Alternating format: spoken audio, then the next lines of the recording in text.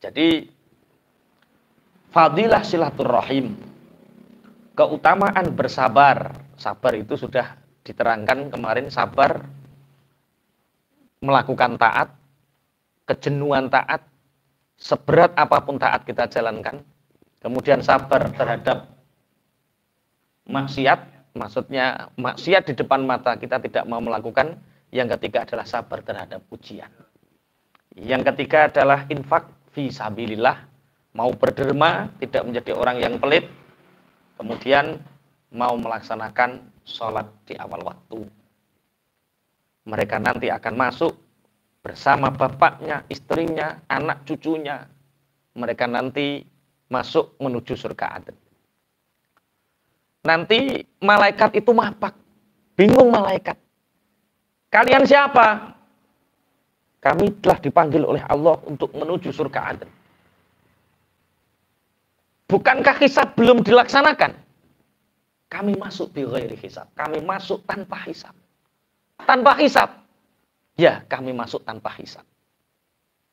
Kemudian diantar oleh malaikat ini, kalian mau masuk dari pintu mana? Kamu ahli silaturahim, ada pintu surga melalui silaturahim. Kamu ahli sabar, ada pintu surga melalui sabar. Di situ ada sholat, ada pintu karena sholat. Dan kamu ahli berderma, kamu boleh masuk surga dari pintu derma itu. Silahkan, dari pintu mana kalian masuk? Masya Allah. Nanti anak berunding sama bapak, kita masuk dari pintu mana?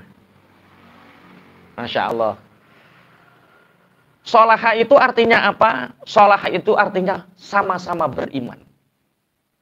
Bukan kok sing sitok neng neraka, sing sitok neng swarga. Sholaha itu sama-sama beriman dan sama-sama masuk surga. Cuma surga itu ada beberapa tingkatan. Ada yang eksekutif, ada yang ekonomi, ada yang bisnis. Eksekutif yang masyhur adalah Firdaus dan Aden. Misalkan Pak Toib ini surga Aden, anaknya Jannatun Naim. Ini langsung anaknya ini langsung naik. Klek. Masya Allah Bapak, gara-gara Bapak aku bisa melaksanakan di eksekutif, di Jannatul Aden. Atau kebalik, anaknya Toib ini bukan kok emperan. Ojo kasut lah, Cak. Yo Aden iki bahas surga, iki enggak bahas elek, bahas apa? Surga. Mestinya surga-surga eksekutif ini kan untuk ambiya, siddiqin, syuhada. Tapi kita bisa kalau kita punya 4 jalur tadi. Salat, infak, dan sabar. Anaknya Pak Toib ini di surga Aden, Pak Toib di Jannatun Naim. Maka nanti anaknya ini manggil, kamu anaknya siapa? Toib. Di mana dia? Di Jannatun Naim. Angkat, seret, ikut. Insya Allah. Ibunya diangkat. Makanya penting punya generasi, punya keturunan ahli sujud, sama-sama beriman, sangat penting. Karena nanti yang mengangkat derajat kita. Atau anaknya di Jannatun Naim, terus bapaknya di Jannatul Aden, maka anaknya nyusul bapaknya. Wa man sholaha min abaihim wa azwajihim, dan istri-istrinya. Sampai di Jannatul Naim, dadak bojomu neng saking sabare nyabari kelakuanmu. Atau saking sabare nrimo kekuranganmu. Dadi awakmu nek ketemu bojo, alhamdulillah, bojomu ketemu awakmu, inna lillahi wa inna ilaihi rajiun. Sabar. Lah nanti nyusul kita. Jadi di generasi kita, wa dzurriyyatim, dan anak-anak cucu kita. Nanti malaikat akan kaget karena ada orang-orang tertentu yang hisab belum ditegakkan, tapi ada orang yang sudah masuk surga, yaitu orang-orang yang masuk tanpa hisab. Allahumma amin. Semoga kita, anak-anak cucu kita, semoga bersama kita nanti bersama-sama di surga Aden. Allahumma amin. Gawe rutinan to ora ning kono kira-kira. Ning kono iso gawe rutinan iso. Iya. Ra kober. Jadi Ustaz Abu Naim widodari ini sak kamar 70. Wes nggodake widodari wis kesel. Nanti apa ucapan salamnya malaikat terhadap orang yang masuk surga Aden? Salamun alaikum bima sabartum. Selamat untuk kalian. Kalian di dunia sabar meninggalkan maksiat. Kalian di dunia sabar melakukan taat. Kalian sabar ketika diuji. Sabar ini fani mau kebedar. Kita ngaji itu jenuh loh. Pegel. Seperti ini perasaanmu gak jenuh, gak pegel. Pegel. Jenuh. Tapi karena ini taat dijalani. Perasaanmu ninggal maksiat gak berat toh piye? Wah, gak numpak mobil ono kafe. Opo. Wah. Opo gak kemecer toh? Perasaanmu roh wong semiran abang semlohe, perasaanmu gak kemecer. Padha wae. Tapi ngempet iku jenenge sabar ninggalno maksiat. Nek awake aja maksiat gede-gede, maksiut ta. Maksiut iku maksiat cilik. Kita sabar melakukan taat, sabar meninggalkan maksiat itu butuh kesabaran tingkat tinggi. Butuh keseharian, butuh kebiasaan. Orang yang nggak biasa meninggalkan maksiat, maka akan sangat susah untuk meninggalkan maksiat. Orang yang taat, sabar melakukan taat, ini kalau nggak biasa, sulit. Nggak percaya, ojo ngaji, patang pertemuan. Engkau nggak mokel sampai. Kecuali kok di WA Covid, nggak ngaji mas. Oh ya, kesempatan nih. Nggih. Jadi sabar. Tapi yang paling berat adalah sabar ketika kita diuji oleh Allah dengan berbagai macam ujian. Maka nanti malaikat pertama nyambut kita komentare, salamun alaikum bima sabartum. Selamat untuk kalian terhadap apa yang telah kalian sabari di dunia. Fani ama'u kebadar. Maka sebaik-baik tempat adalah akhirat, atau kita nanti akan masuk jannatu adn. Allahumma amin. Masya Allah. Walladzina yanquduna ahdallahi min ba'di mitsaqihi wa yaqta'una ma amara Allahu bihi ayyusala wa yufsiduna fil ardh.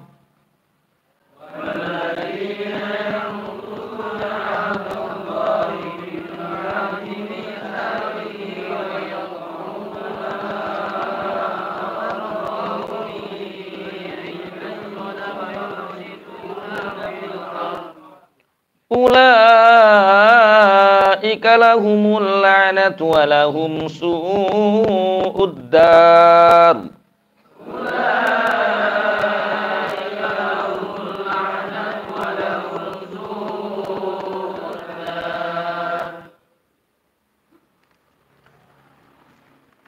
Walladzina utawi wong akeh yang kuduna kang padha ngrusak sapa alladzina. Ahdallahi ing janjine Allah mimba bini takihi ing dalem sawise oleh nyanggupi ahdu. Waya qata'una lan padha megot sapa alladzina, padha megot ma ing barang amarokan perintah. Sapa Allah Gusti Allah bi kelawan ma ayu sola ing yen to den tepung apa ma. Wa yufsituna lan padha gawe kerusakan sapa alladzina fil ardi ing dalem bumi. Iku ulaika utai mengkono-mengkono alladzina iku lahum iku tetep ketuwe alladzina alaknatu utawi laknat. Walahum lan iku tetep ketuwe alladzina su'ud dari utawi panggonan kang elek utawa elek-eleke panggonan. Sebaliknya kemarin kita membahas tentang banyak fadilah silaturahim. Walladzina yanquduna ahdallahi min ba'di mitsaqih. Dan orang-orang yang merusak terhadap perjanjian Allah setelah mereka menyanggupinya, yaitu iman. Kita di zaman azali oleh Allah itu sudah dimintai pertanggungjawaban, yaitu ketika kita lahir di alam dunia, maka kita akan beriman kepada Allah. Setelah mereka merusak perjanjian dengan Allah, dengan mereka menjadi orang-orang kafir, wa yaqta'una ma amarallahu bi ayyusala, dan mereka memutuskan sesuatu yang Allah memerintahkan untuk menyambung, Mereka tidak silaturahim, tapi mereka qati'ur rahim. Mereka tidak menyambung tali silaturahim, tapi memutus tali silaturahim. Sebagaimana kemarin dua orang yang bersaudara, yang tidak saling bertegur sapa, yang hatinya tidak saling ridho, akhirnya walaupun sebaik apapun dia, ternyata dia berada di barkhut, telengin rokok jahanam, hanya karena tidak rukun sama saudaranya. Qati'ur rahim. Wa yufsiduna fil ard, dan orang yang merusak di bumi, membuat kerusakan. Fasad itu kalau dalam ilmu tafsir, makna pertama adalah kekufuran. Makna kedua adalah maksiat. Jadi kalau kita berbuat kufur, berbuat maksiat di dunia, berarti kita hakikatnya merusak dunia ini. Kemudian makna merusak yang kedua adalah dengan kita merusak alam semesta ini dengan perilaku kita. Zaharul fasadu fil barri wal bahri bima kasabat aydin nas. Jadi kerusakan alam raya ini karena perbuatan tangan-tangan manusia di daratan dan di lautan. Dan ternyata Allah ini dalam kitab tafsirnya Ibnu Asyur, Allah menciptakan alam ini atau alam ini diciptakan itu dengan sistem yang selaras dengan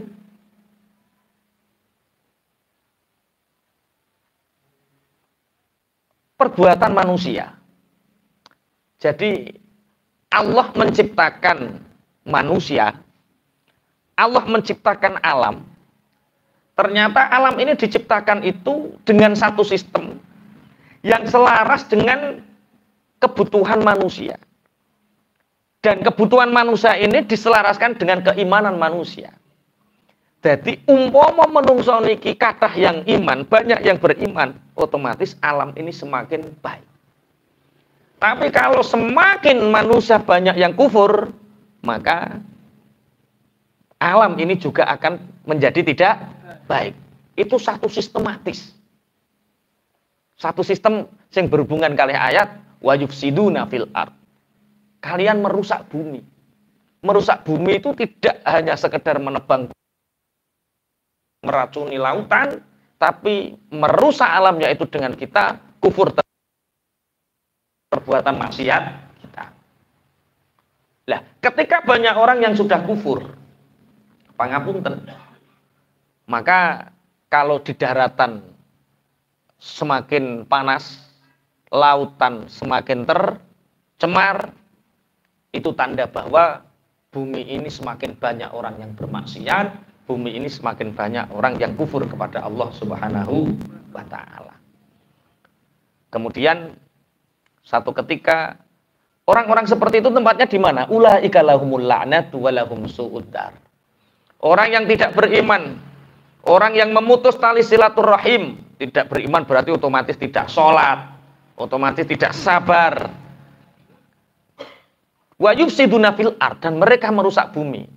Ulaika lahumul la'nah, bagi mereka laknat. Walahum su'uddar, dan bagi mereka seburuk-buruknya tempat, yaitu neraka di akhirat. Na'udzubillah, tsumma na'udzubillah. Tapi orang kafir akan membantah dengan ayat ini. Ada seorang kafir yang bernama Abdullah ibnu Abi Umayyah.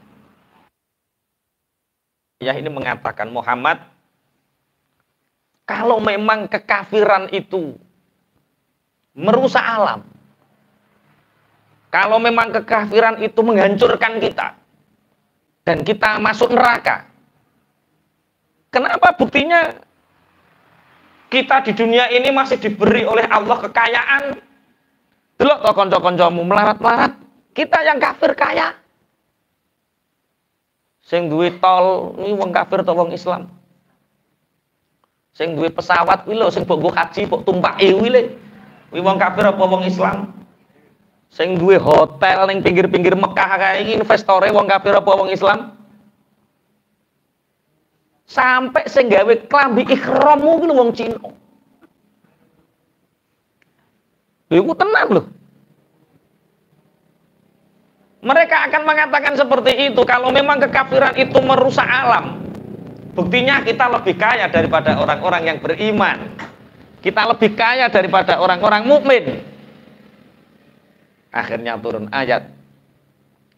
Allahu yabsutur rizqa liman yasha'u wa yaqdir. Allahu yabsutur rizqa liman yasha'u wa yaqdir. Wa farihu bil hayatid dunya.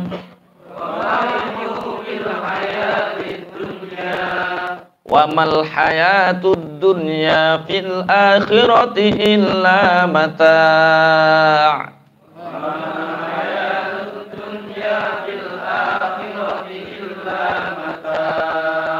Allahu utawi Allah iku ya besutu beber sapa Allah arrizqa ing rezeki liman maring wong yasa'u kang ngersakaken sapa Allah wa yaqdir lan gawe rupek sapa Allah.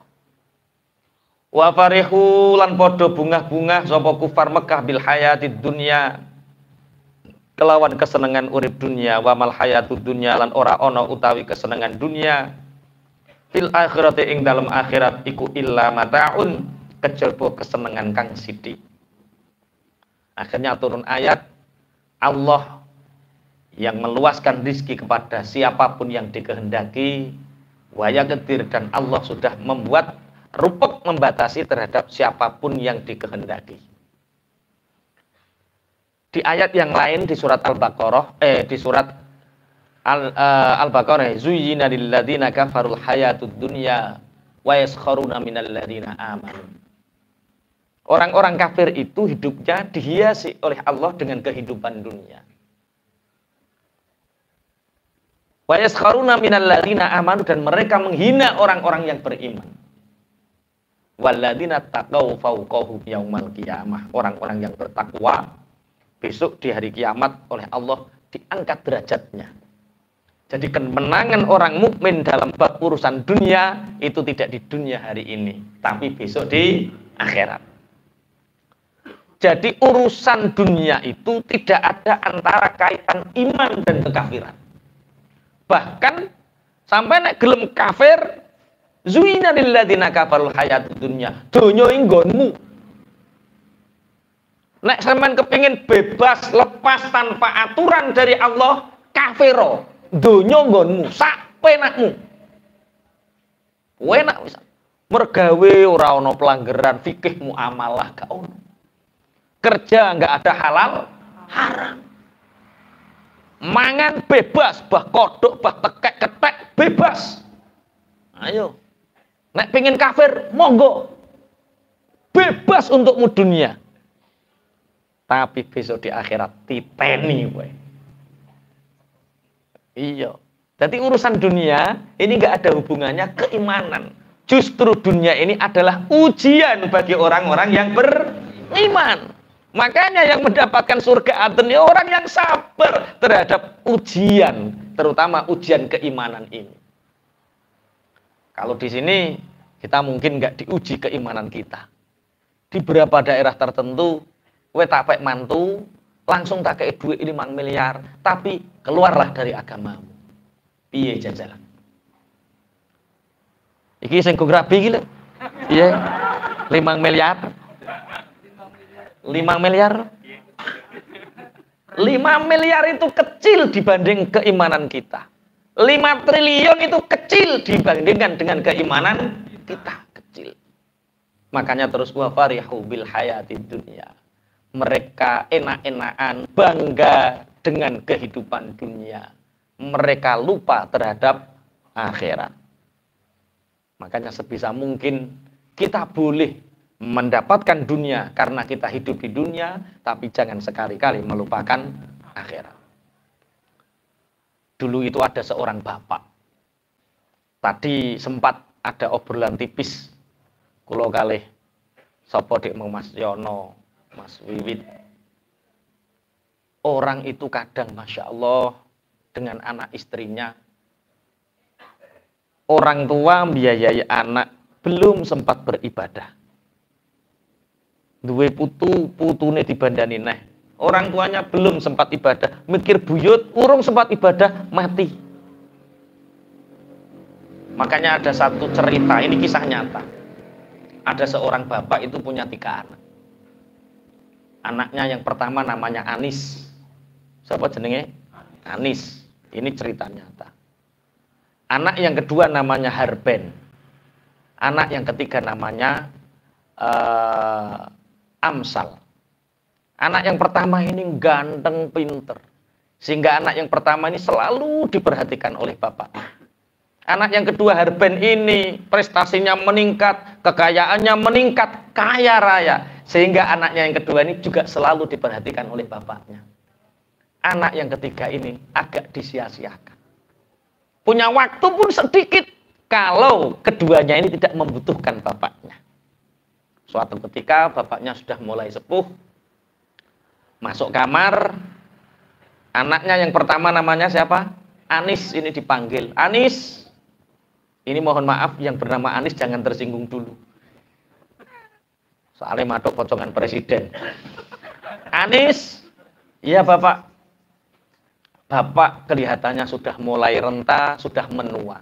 Iya bapak. Dari kecil engkau bapak perhatikan, bapak memperhatikanmu. Apa yang kamu butuhkan, bapak selalu hadir.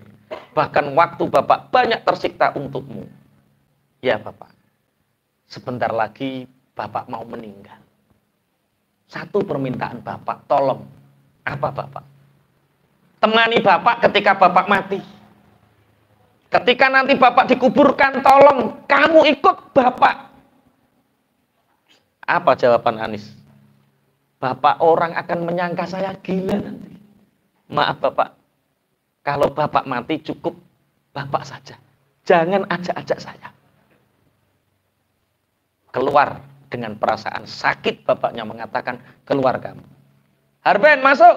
Iya bapak. Kamu tahu semua perhatianku untukmu. Waktu, tenagaku terkuras habis untukmu. Bapak sudah mulai menua. Tolong permintaan bapak ini turuti. Apa bapak? Sewaktu-waktu bapak mati, tolong ketika bapak dikuburkan, kamu juga ikut masuk ke liang lahat dan ikut dikuburkan. Bapak, kantor saya cabangnya semakin banyak, klien saya semakin banyak. Bagaimana mungkin aku mengikuti bapak? Dengan kecewa, bapaknya mengatakan, keluar kamu. Akhirnya anak yang terakhir namanya Amsal dipanggil. Amsal, iya bapak. Maafkan bapak nak selama ini sering menyia-nyiakanmu. Waktu bapak habis untuk Anis sama Harben. Kamu hanya tak kasih waktu sedikit sekali. Bahkan tidak ada 5% dari waktu bapak. Ini sebentar lagi kelihatannya bapak mau meninggal. Bapak minta satu nak. Apa bapak? Temani bapak ketika bapak di liang lahat. Apa jawab Amsal? Kemanapun bapak meninggal, kemanapun bapak pergi, baik di alam kubur atau alam akhirat, aku akan selalu menemani bapak. Tidak peduli apa kata orang. Aku akan membela bapak mati-matian. Bahkan di alam kubur atau di akhirat. Dari cerita ini apa yang bisa kita ambil kesimpulan? Bahwa kadang yang kita kejar, kadang yang kita prioritaskan, ternyata tidak bisa menemani kita. Anis itu singkatan anak dan istri. Anis. Waktu kita habis untuk anak istri kita. Tapi mereka tidak menjadikan kita lebih taat kepada Allah. Harben itu harta benda. Amsal itu amal soleh. Awakmu kurang angen-angen. Sing mbok angen-angen opo, Mang? Anis itu anak istri. Harben harta benda. Amsal amal soleh. Ternyata harta yang kita kumpulkan, gak paham tak sampean maksudnya? Dari awal gak paham. Keseriusan sampean. Jadi kita sibuk nuruti kehendak anak, nuruti kehendak istri, sekian paruh waktu kita sampai kita melupakan ibadah. Hanya anak istri kita, tapi anak istri kita nggak mau menemani kita di alam kubur. Kita waktu kita habis untuk mengejar harben, harta benda. bengi ngudeg es isuk. Dikeliling keringet meruntus. Ya Allah. Tidak ngaji alasannya sibuk. Tidak sholat jamaah alasannya sibuk. Padahal ketika kita nanti tua renta, tidak ada yang siap menemani kita. Yang siap adalah yang terakhir, namanya amal soleh. Masya Allah. Makanya Dewa kalau cerita, kadang orang itu lupa akan akhiratnya. Hartanya banyak, tapi habis untuk membiayai anaknya, membiayai cucunya, membiayai buyutnya. Kewajiban-kewajibannya dengan Allah kedermananya tidak dilaksanakan. Makanya Dewa masih tak cerita. Dulur kula niku papat ketika kula mantuk king pondok, PR siji. Aja ngrepoti wong tua. Biar uangnya orang tua, penghasilan orang tua kanggo sangu ibadah. Kita sudah dewasa, kita sudah cukup. Soalnya nek gak direm kaya ngene. Wong tua duwe cilik dipri-pri. Bapak kan duwe duit, bapak utang. Nek anak utang wong tua jamin 100%. Orang ngarah, nyaur. Beri kesempatan orang tua kita untuk beramal dengan keringatnya. Dengan tenaganya yang setiap hari mereka bekerja. Biarkan mereka beramal soleh, berderma dengan tenaganya. Oh coba ribu, iya. Bareng ribu kue, putu dipikir. Ngeleboni tentara, 200-an juta kanggo putune. Kok menenge sampean wis mek duwe wong tua piro?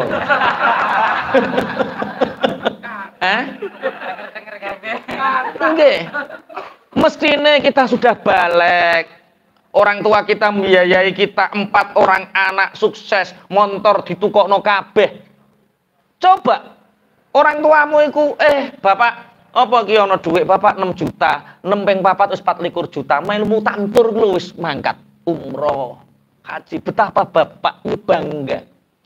Tapi enggak. Kalau enggak ada aturan baku semacam itu, anak itu senengane. Wong tua duwe apa dijaluki sampai mereka enggak sempat. Perkara anak sing barep amis gile. Anak dan istri. Akhirnya anak istri ora gelem dijak mati. Ayo. Cerita wong bapak duwe lemari apik ditakokno bapak tak gawane bapak. Ya Allah, lemari apik cek dipik-pik. Ya Allah, ya Allah. Dari kisah ini kita belajar bahwa kadang yang kita prioritaskan di dunia ternyata kita tidak mendapatkan apa-apa di akhirat. Kita terlalu sibuk dengan anis, kita sibuk dengan herben, tapi kita melupakan amal soleh. Makanya ayat yang pertama tadi, wa man sholaha min abaihim wa azwajihim wa dzurriyyatihim. Ajak bapak kita masuk surga bersama kita. Ajak anak kita masuk surga bersama kita. Ajak istri kita masuk surga bersama kita. Jangan sampai anak dan istri menghalangi kita untuk beramal soleh. Ada loh suami itu mau nyumbang pondok delik-delik. Nganggo duit lanang dhisik ku. Ngapunten Pak Praja konangan bojoku. Iki nek konangan dadi perkara. Masyaallah. Terjadi badai nanti. Nek izin orang arah diizini, berarti kamu gagal mendidik istri. Untuk bojo sitoke gagal kok ape pengen loro. Nek didik piye? Lah yo didik bojo siji kongkon lumane gagal kok pengin bojo loro yo tambah nemen gagal. Iku tambah ngebut-ngebuti urusan akhirat. Anak cucu kita, bapak kita, istri kita, mari kita ajak bersama-sama masuk surga adn. Allahumma amin. Support mereka untuk beramal soleh. Anak harus mensupport bapaknya beramal soleh. Dulur-dulur kula ya wis aja ngrepoti wong tuwa. Nek gak iso ngekeki minimal aja utang, aja njaluk. Biarkan penghasilan orang tua dijadikan untuk amal soleh mereka. Masya Allah. Nek duwe anak-anak model ngoten niku wong tua bejo. Iso nyimpen duit dhewe. Anak orang jaluk. Wong tua harga dirinya terjaga. Perkara gak rumangsa ngrepoti anak. Ada enggak wong tua kerja duit buk jaluk? Koko ketika orang tua butuh minta seakan-akan terhina di mata anaknya. Rokok tenan. Rokok diteni. Wis ya. Dirundingno sing wis kadung-kadung ngrepoti dirundingno. Ki piye iki wong tuane iki wis sepuh, amal soleh apa yang ini wis sampai mati loh. Wong tuane wis sampai ya ora ngegekno maksudnya kan ki orang tua kita sudah sepuh, ini sudah saatnya orang tua itu berderma, orang tua itu banyak melakukan amal soleh, ojo sampai iling anak putu, anak bojo, tapi gak iling amal soleh. Wa farihu bil hayatid dunya. Padahal wamal hayatud dunya fil akhirati illa mata. Makanya penyakit yang paling membahayakan itu hubbud dunya. Itu penyakit yang paling membahayakan itu hubbud dunya. Orang menjadi koruptor itu karena hubbud dunya. Sampai paten-patenan sak koncone kae, rebutan apa-apane kae donyane nglumpuk niku gara-gara hubbud dunya. Sampai orang rukun karo dulur ya gara-gara hubbud dunya. Maka hubbud dunya itu menjadi satu penyakit yang harus kita lawan.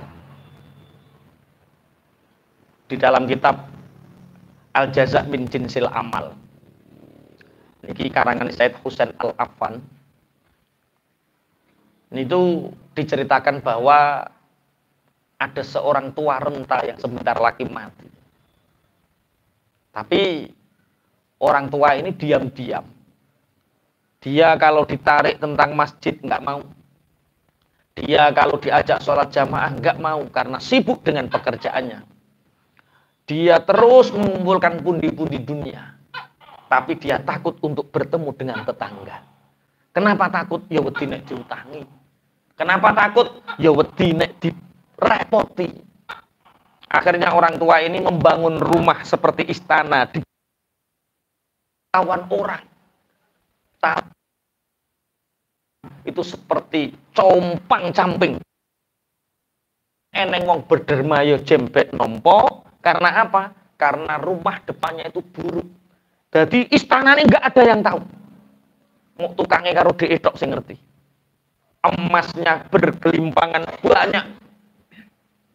Suatu saat, jadi cara saiki yo omahe ketok elek, nek oleh PKH yo bencek nompo, oleh bantuan desa yo nompo, sembako yo nompo, padahal hartanya banyak. Tapi ning kene gak ono, wong ngaji kabeh ora ono. Ngaji kabeh iku yo umpama oleh PKH yo dibalekno. Insyaallah, insyaallah. Memakan yang tidak haknya itu enggak baik. Memakan yang tidak haknya itu tidak baik.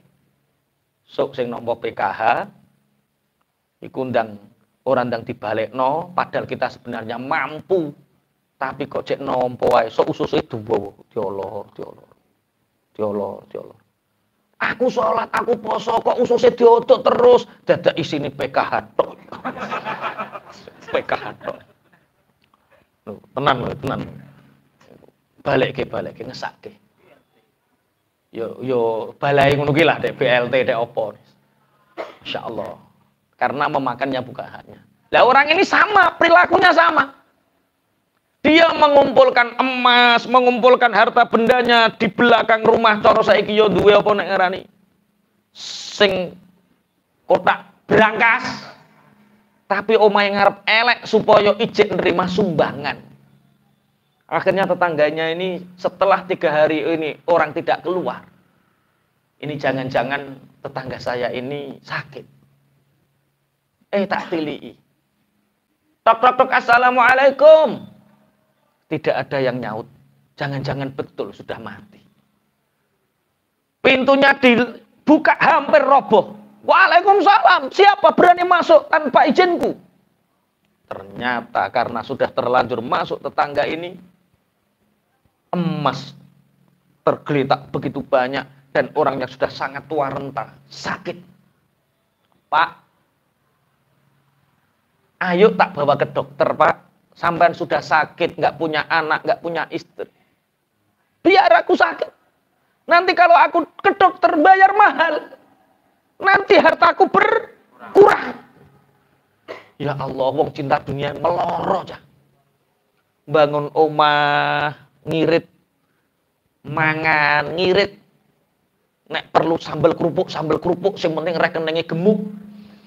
Ya Allah, sampai keringete mambu kerupuk. Wong ana medhite ngono.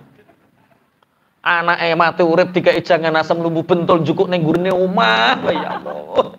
Kon tuku abot, anggite duit iku iso mlebu, tapi ora iso metu. Penyakit seperti itu menyakitkan betul. Sekali-kali nek pengin welut tempuran gembul tempuran wis tuku wae. Tapi aja sering-sering nggo tombo ngono wae. Tapi kemediten kuwi elek, keborosen kuwi ya elek, istidad sedengan. Ya Allah, wong kok medhit sampai kaya ngono. Jangan jenguk aku. Nanti aku engkau obatkan dan aku mati, hartaku berkurang. Diinceng. Kita tanggane menawa kaya Cak Win diinceng.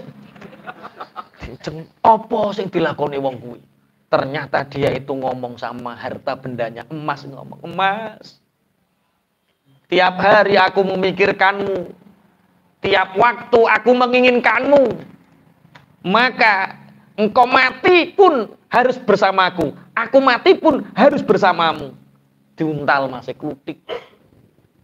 Gak mangan sego, mangan emas. Klutik diincek. Ya Allah, emasnya dipangan. Ciri tonggone sing kaya Cak Win. Tidak ada yang tahu. Ini hanya aku. Nanti 3 hari lagi tak jamin orang ini mati. Saya akan ke sini memanggil ketua RT, ketua dan lain sebagainya. Ternyata betul setelah 3 hari ditilii, emasnya sudah nggak ada. Semua sudah masuk ke dalam perut. Orangnya mati. Akhirnya disiarno inna lillahi wa inna ilaihi. Ciri Cak Win, hati-hati. Nanti malam tak duduk. Ora kok malam Jumat lagi tok iki ya. Tak duduk, tak ambil emasnya. Betul orang ini meninggal, tetangganya tadi yang nginceng tadi. Ini sudah saatnya tidak ada orang di kuburan. Dicangkul, dibuka, petengnya disudet, ternyata emas bergelimpangan. Mau megang emasnya, tangannya terbakar. Lipat-lipat, Masya Allah. Langsung diduduk kembali, tangannya langsung jimpe, terbakar separuh. Kapok. Masya Allah. Ini di dalam kitab, namanya kitab Al-Jaza min Jinsil Amal, karangan Said Husain, bahwa emas yang dibawa mati pun ikut tersiksa bagi orang yang hubut dunia. Masya Allah, Masya Allah. Jadi penyakit paling elek itu penyakit apa? Hubut dunia. Welek tenang. Jangan sekali-kali punya penyakit hubut dunia. Kita boleh punya dunia, tapi tidak boleh cinta dunia. Kalau kita punya uang, simpan di rekening, tapi jangan simpan di dalam hati. Jangan pernah merasa punya dunia, kemudian alokasikan dunia itu untuk menolong kita di akhirat. Nah, ini jenenge wa mal hayatud dunya fil akhirati illa mata. Makanya dalam kitab Taurat itu Nabi Isa mengatakan, la tattakhidud dunya rabban. Jangan sekali-kali kalian menjadikan dunia itu sebagai Tuhan, sebagai tuan. Maka fatattakhidukumud dunya abidan. Maka dunia akan menjadikan kalian sebagai budak. Jadi nek kita ndadekno dunia iku ndoro, tuan, maka dunia akan menjadikan kita seperti budak. Keringet meruntus, diperbudak oleh dunia. Coba kalau kita dunia ini jadikan budak kita. Kita kerja niatnya ibadah. Bismillah tawakkalna ala Allah. Ya Allah, niat ingsun ibadah golek ma'isyah. Metu keringet meruntus ngedoli es dadi tasbih dadi ibadah. Ojo es cah contone wong ngaji ati ki pengusaha kabeh kok es ya ojo. Ya numpak mobil mau transaksi, mau presentasi aplikasi, ini seperti ini. Kalau niatnya ibadah lillahi taala, maka capek kita akan menjadi tasbih ibadah kita. Masya Allah. Jangan pernah cinta dunia. Kalau kita ingin dunia, berarti kita ingin masuk neraka. Dunia ini jadikan kita wasilah untuk mengantarkan kita masuk surga. Allahumma amin. Masya Allah. Makanya barokah. Kemudian wa yaqulul ladzina kafaru laula unzila alaihi ayatun mir rabbih wa yaqulul ladzina kafaru laula unzila alaihi ayatun mir rabbih qul innallaha yudillu man yasha'u wa yahdi ilaihi man anab.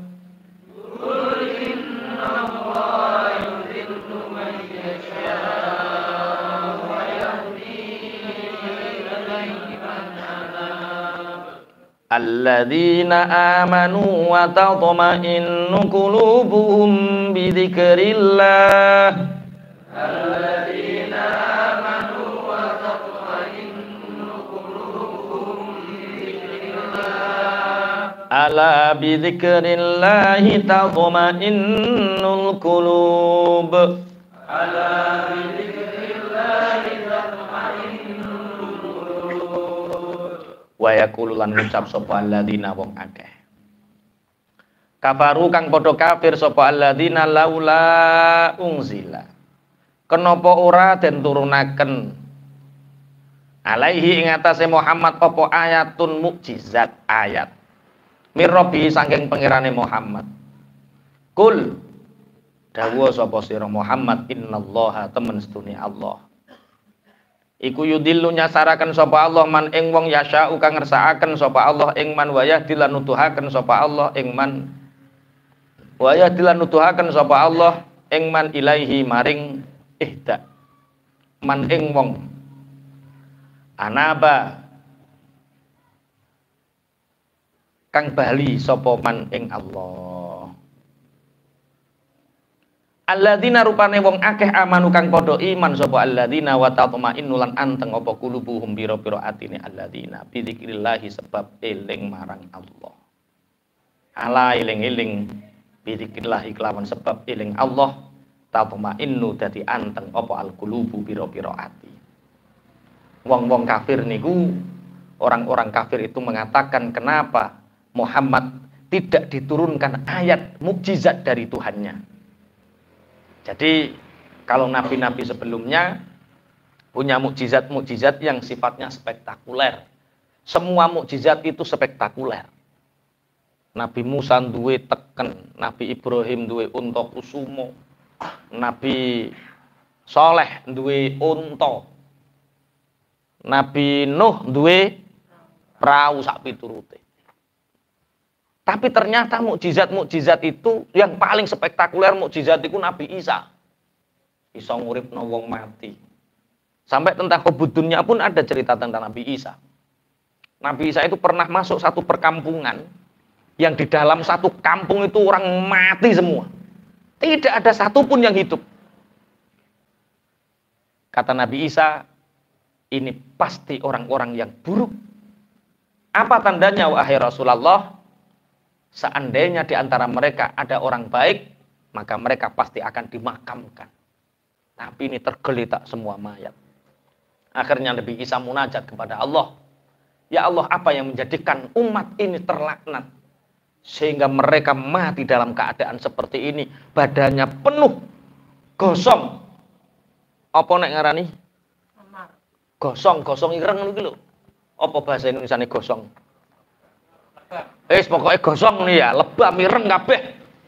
Akhirnya Nabi Isa sholat munajat kepada Allah.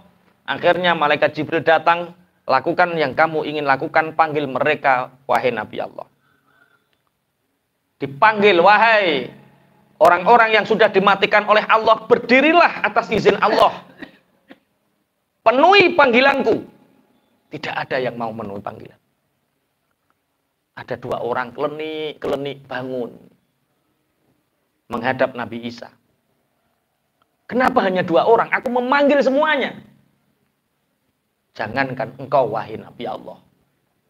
Allah saja mereka ingkari dan tidak dipenuhi panggilannya. Mereka mati karena mereka saling berebut dunia. Mereka adalah orang-orang yang hubbud dunia, sehingga mereka dibinasakan oleh Allah dalam keadaan tersia-siakan. Kenapa kamu memenuhi panggilanku? Kata Nabi Isa, 2 orang. Aku iku wong sing gak seneng donya asline, cuma sithik tok akhirnya kesamber. Iki menawa cara sampean melok zaman itu paling ya rodok sing iki ketoke. Aku iku asline ora, aku wis ngerti nek dunia akan hancur. Aku ngerti alam keabadian akhirat. Aku wis paham nek wong mati sampeyan ana hisab, paham ngerti. Tapi aku yo jek duwe rasa seneng sithik ning dunia akhir aku ketut kesamber. Ketoke sampean yo ngono ya. Ayo, hisab percaya ya. Mati percaya? Percaya. Sampeyan ana neraka swarga percaya? Tapi kok jek seneng dunia sithik. Ya kesamber kowe. Kesamber, ketut gosong jan. Ciri Nabi Allah. Ya terus mohonkan ampun untukku. Wahai Nabi Allah, mohonkan ampun untukku. Akhirnya kemudian dimintakan ampun oleh Nabi Isa. Kemudian orang ini hidup kembali dalam keadaan beriman dan putih bersih wajahnya. Dan meninggalkan kampung yang dilana itu. Hati-hati. So, nek eneng opo-opo yo sithik wae dadi mok kesamber tok. Tapi Nabi Isa nek teko nek ora teko loro sampean. Soale ketut golongan mereka. Pun kita punya mukjizat yang paling spektakuler adalah mukjizat Al-Quran. Ternyata mukjizat Al-Quran itu yang bisa mengawal kita ila yaumil qiyamah untuk menjaga keimanan kita. Nabi Isa bisa menyembuhkan orang, menghidupkan orang, tapi Nabi Isa ketika diburu hanya 12 santrinya Al-Hawari yang melindungi, mereka murtad semua. Banyak yang keluar dari ajaran Nabiullah Isa. Nabi Musa dengan kesaktian tongkat bicara kue pokoke mori tongkate pojok ning pojokan kae ditekeni Nabi Musa, padahal ya tekeni Nabi Musa nggo wangon terus tengete Nabi Musa nggo njukuki godhong, tapi karo Gusti Allah nutup terus ditutup ngono. Nek tekenmu kan ora iki pring petuk iki. Wah, terus dikai mori, dikai minyak lah. Ya Allah, ya Allah. Makanya kemarin saya seneng ngobrol sama Mas Irwan Madiun itu, beliau belajar keris itu 15 tahun khusus tentang keris. Mereka Mas Irwan itu gedeng karo dukun ini perkara apa? Sing digedhengi loro, dukun karo tukang peruqyah. Perkara meremehkan keris. Mereka menganggap bahwa keris itu isinya khodam, padahal yang meyakini itu dukun. Kalau orang yang senang keris itu tidak tahu akan seperti itu. Tapi belajar dari unsur-unsur dasar keris itu apa saja, terbuat dari apa, usia besinya berapa, kemudian harus dilampiri apa saja, kemudian bisa ada silaunya itu terbuat dari apa, batu apa saja yang lu belajar 15 tahun. Jadi aneh sing keris tenan, aneh sing keris aksesoris. Aksesoris. Yo aksesoris karena hari ini masih banyak orang yang membuat keris tapi tidak keris yang sebenarnya, tapi hanya sekedar aksesoris. Ya aksesoris itu kena dukun-dukun. Lah sing tukang rupiah kadang-kadang dulu pernah ada seorang perupiah ngidek-ngideki keris. Padahal seperti Mas Irwan yang belajar keris 15 tahun tahu itu aksesoris, itu bukan keris. Keris itu bukan sebuah senjata. Keris itu dari himmah cita-cita seseorang. Keris ning Indonesia itu jenisnya mau ono hak mene. 85% perkara wong Jawa iku duwene senengane muk sandang pangan cukup wis. Akhirnya gawe keris jenenge tilamupeh. Sebagai cita-cita saya adalah petani sing gemah ripah loh jinawi 80% keris wong Indonesia iku tilamupeh. Ana sing tilam sari sak piturute aku ya ora paham. Sing keris sing hebat-hebat, maksudnya hebat itu dari segi arkeolognya, cara membuatnya dengan teknik yang sangat tinggi keilmuannya. Maksudnya ilmu arkeolog itu, ilmu seni itu yang dipelajari. Nah, ning kene saiki gak ujug-ujug keris iku dadi pusaka. Lah iku akhire peruqyah ya ngono ngamuk, keris yo diidek-idek. Terus nek diidek-idek kape opo? Wes. Ternyata yang bisa ngawal keimanan bukan mukjizat-mukjizat yang spektakuler, yang ngawal kita keimanan ila yaumil qiyamah justru Al-Qur'an.